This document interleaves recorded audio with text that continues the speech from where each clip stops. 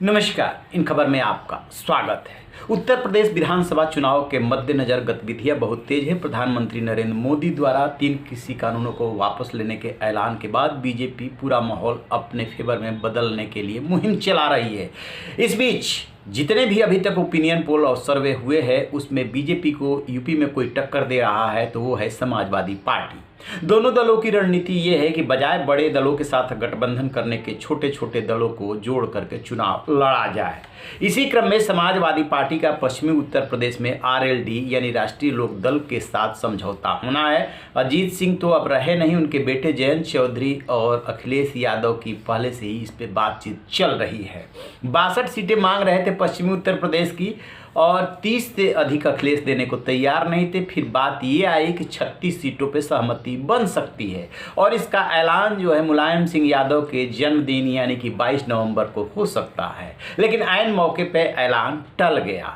वजह यह है कि सीटों को लेकर के अभी भी पेच फंसा हुआ है। कुछ ऐसी सीटें हैं जो आरएलडी चाहती है, सपा नहीं देना चाहती, और कुछ ऐसी सीटें हैं जो सपा जो है आरएलडी को दे रही है लेकिन वो आरएलडी लेना नहीं चाहती।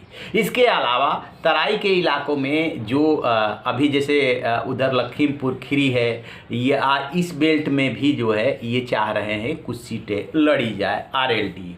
इसी को लेकर के बात फंसी हुई है। तो जानिए उन सीटों के बारे में, सुनिए एक रिपोर्ट कि कहाँ कहाँ पेच फंसा हुआ है। सपा और रालोद में जिन सीटों पे पेच फंसा है उसमें बिजनौर की चांदपुर, सहारनपुर की गंगोह, बागपत की बड़ौत, मथुरा की मांठ व छाता, शामली की थाना भवन, बुलंदशहर की शिकारपुर के अलावा मुजफ्फरनगर की चरथावल सीट शामिल है। का तर्क है कि रालोद को मनपसंद बुढ़ाना सीट दी जा रही है तो फिर चरथावल सीट पे उसे सपा का दावा स्वीकार करना चाहिए। बागपत की बड़ौत सीट पे सपा का दावा है, यहाँ प्रत्याशी सपा का और सिंबल रालोद के लड़ाए जाने पर भी सहमति बन सकती है।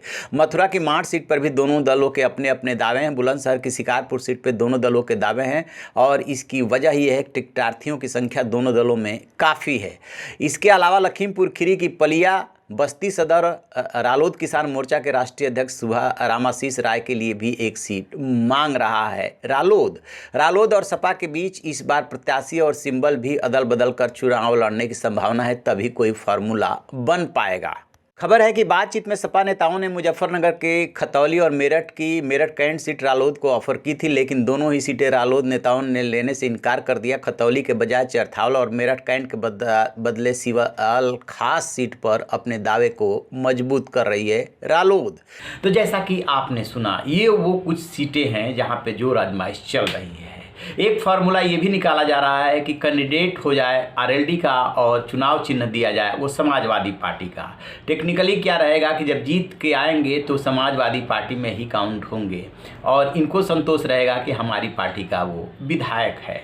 तो ये सब बहुत सारे फार्मूले निकाले जा रहे हैं। जयंत चौधरी जितना चाह रहे हैं उतना अखिलेश यादव नहीं दे पा रहे हैं और साफ साफ ये भी बोल रहे हैं कि अभी हमने जो पूर्वांचल में ओम प्रकाश राजभर समेत तमाम छोटे छोटे दलों से समझौता किया है उनको भी सीटें देनी है। और राजनीति में ये होता है, हवाला दे करके किसी तरीके से कम करने की कोशिश की जाती है। अब जयंत चौधरी को ये लग रहा है कि पिता चौधरी अजीत सिंह रहे नहीं और उनके दादा यानी चौधरी चरण सिंह का जो प्रभाव है वो और पिता के न रहने की सहानुभूति और जो 2013 के दंगों से जाट और मुस्लिम की एकता टूटी थी, यदि वो फिर से कायम होती है तो निश्चित रूप से अब की बार जो है रालोद को फायदा हो सकता है। इसीलिए वो ज़्यादा से ज़्यादा सीटें चाह रहे हैं। देखते हैं क्या होता है आगे। रहिए न बेखबर, देखते रहिए इन खबर। Thank you. इन खबर चैनल को सब्सक्राइब करें और